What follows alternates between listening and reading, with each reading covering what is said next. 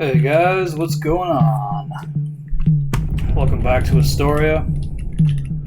We are continuing with the Flame IADD. Well, we are in the level Born Under Punches, and we are going to do Flame IADD boss, IADD boss. In the previous episode,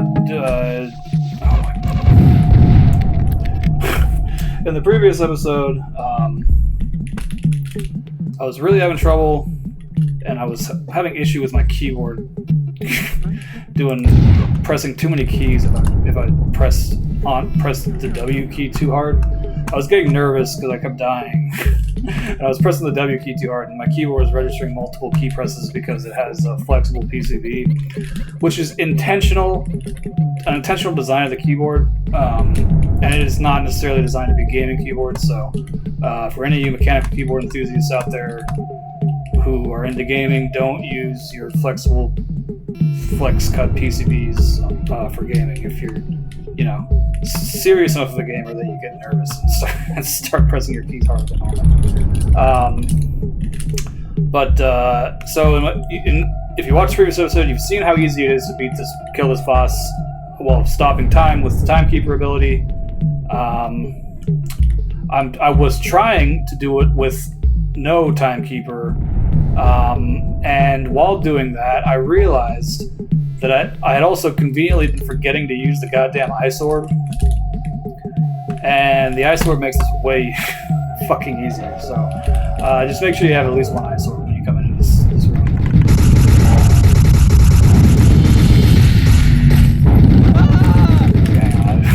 I also haven't played for a few days, so I'm kind of rusty on my controls. Okay, so let's first of all select that, equip the SMG.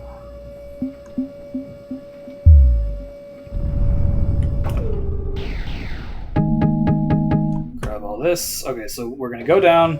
We're gonna cast a couple Ice Orbs. Switch to Fury, cast Fury, and then immediately start lighting them up. And try not to get killed. Is easier said than done.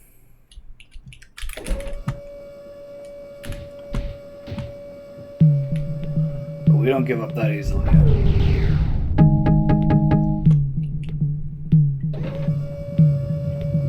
So I think we'll wait for him to actually move.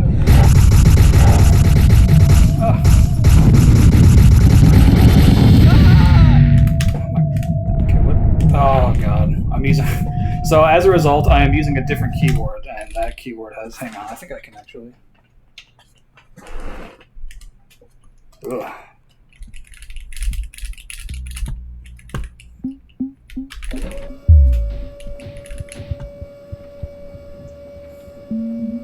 Actually, that's worse. Okay, we're just gonna deal with that. I'm just gonna try not to press caps lock. I did it again. Okay.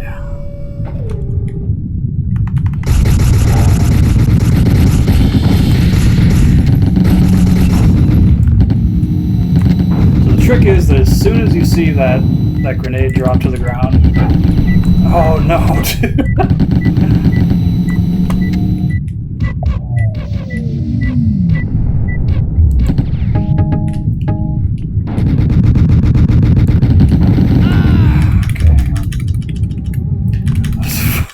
Spit cursors, he followed me down. Just try to get down here before they see me. So as soon as you see that grenade drop out of the drone, you need to turn and run. Point with the Ice Orb being that it makes the grenade fall slower.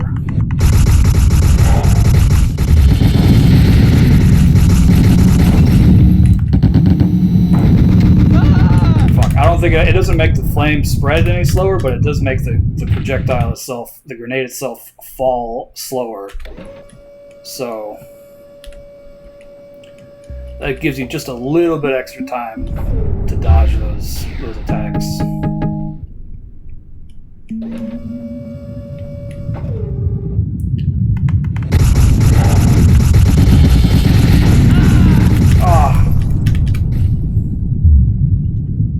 Okay, so, and then I already talked about this in the last episode, I think, but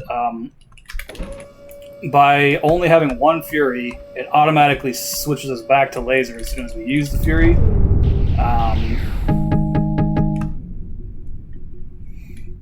Which, that was my whole... I did make a big deal out of that, but now that I have to switch from the Ice Orb to the Fury anyways, it's a bit of a moot point, but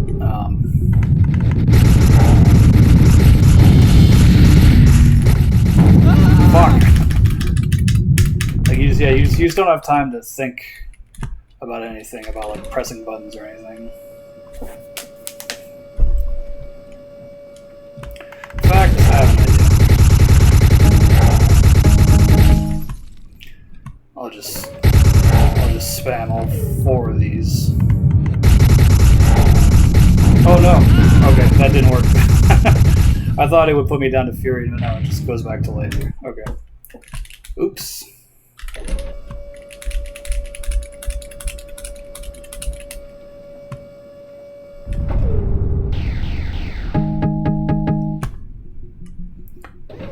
Okay. Damn it! Okay, I will at least switch to the SMG.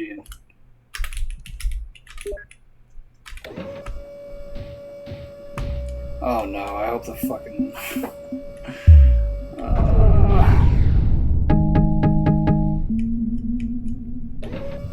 Hope the guys don't follow me down here again. What the hell? That was just excessive, dude. Premature.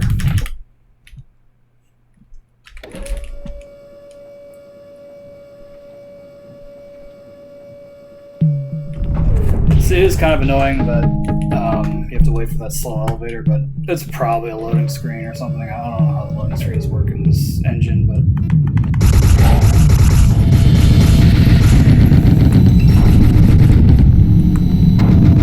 So one thing I've learned about game development is that a lot of times slow elevators can be masking loading screens.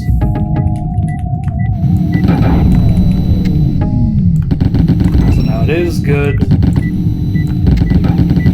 kill this guy. Oh no! Because it does a lot of damage to the main IADD.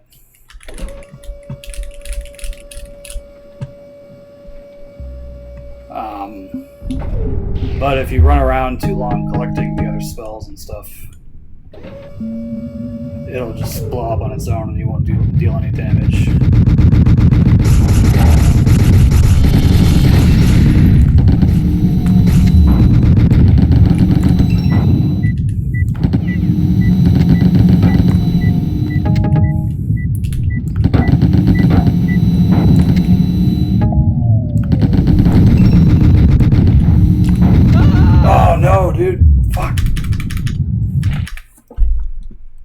We're getting there. We're making progress. The hard parts are keeping your aim steady to actually hit them while you're strafing, and then, you know, like, so you got to be able to have steady aim while you're, you know, strafing his fire, and then when you actually turn, I guess maybe I could stand still. I don't think it's good to stand still because there is like a brief acceleration for you to hit top speed. And I think, yeah, I don't think you have enough time to like start and stop, you know. So you have to be constantly moving, and then, but to actually strafe out of the way of some of the fire attacks, you have to like turn, like, so still be moving diagonally, and then just turn so that you move even more side to the side, you know. And then you have to be able to recover your aim.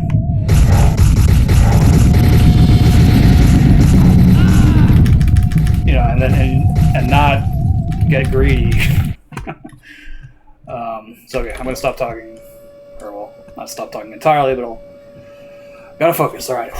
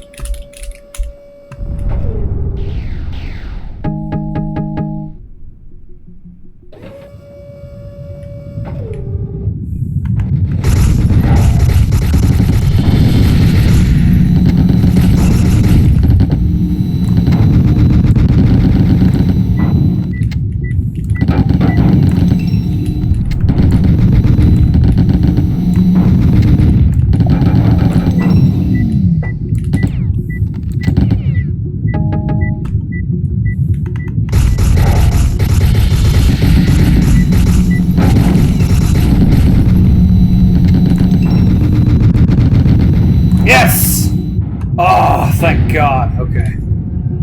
Woo! Alright, now this is the most terrifying part of this boss fight, is you have to jump into lava for a secret.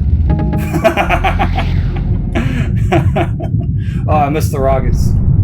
So the only reason that I know about this is because oftentimes you'll be blown up by the flame, it'll send you flying, and multiple times I was blown exactly over here and landed in here, and I was like, what the fuck? Oh, I guess I did miss the rockets. Okay. Yeah, so that, yeah, I got a chain burst out of that, and some rockets, which I guess you don't really need, but... So this is, it is highly likely that if you tried to just run past the drone, it would kill you, and then if you actually made it to the switch, it would probably have killed you while you waited for it, so...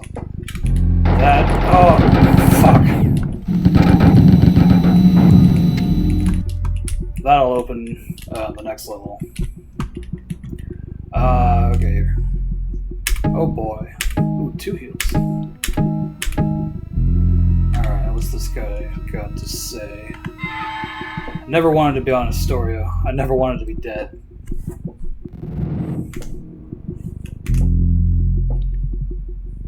Oh boy.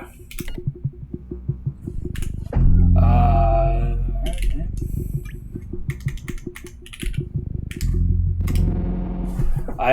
Was Dr. Charles Griffiths, Assistant Director of IADD Operations. I was hiding with Grindel's team until Sullivan had you pave the way for the 4 to get down here, evil scumbag. Hope you don't mean me. Why are you making me remember that?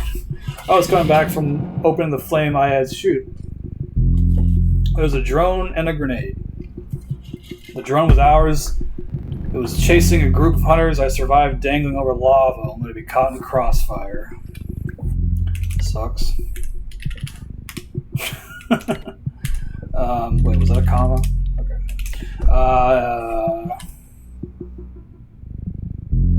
Grindel?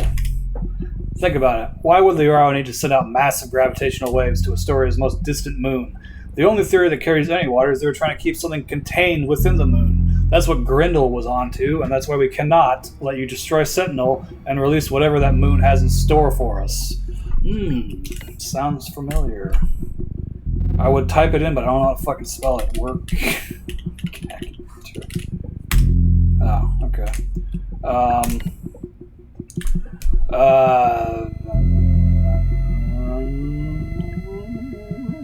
Yeah, let's try drone. Why are we... It's a shame we didn't roll the flame I had sooner. They can decimate a crowd of 4 pretty easily. You better watch your back for them down here. Oh... Don't you worry. Spells? I don't understand. I'm not picking up what you're putting down. Sullivan. It's no secret you're following the orders that Grindel refused to. Please, when the time comes, do not listen to Sullivan by destroying Sentinel's reactor. He's not only going to get you killed, but everyone else you ever knew. Sentinel. Sentinel controls the gravity array, which sends out massive gravitational waves to Kaloa. Grindel has a theory about what its purpose was, and he was about to present his findings to Sullivan when the 4 arrived. I don't think Sullivan would care about working Cagender. He'd be like, what the fuck are you even saying, bro? Array?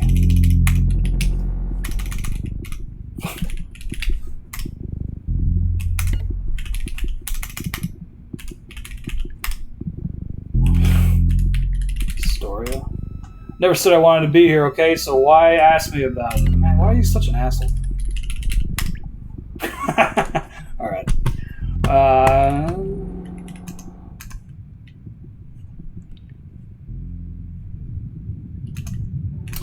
Yes. Okay, so we've actually finished the level, thank God.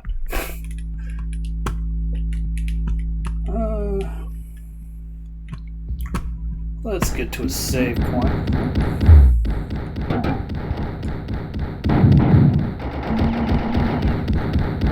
Let's just let them kind of do their thing, you know what I'm saying?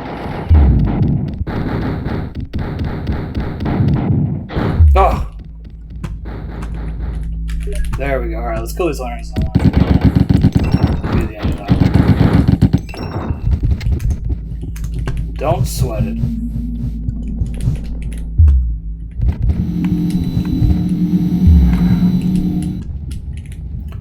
Okay, yeah, we'll call it there. This wasn't meant to be a full episode, just a showcase of how to beat the boss without stopping time, in case you don't pick the timekeeper class. So I don't know if the deceiver would be able to turn a flame IADD onto his side, onto your side. Even if it works, it's only a temporary effect, so I don't know if it would. I don't know how that would go.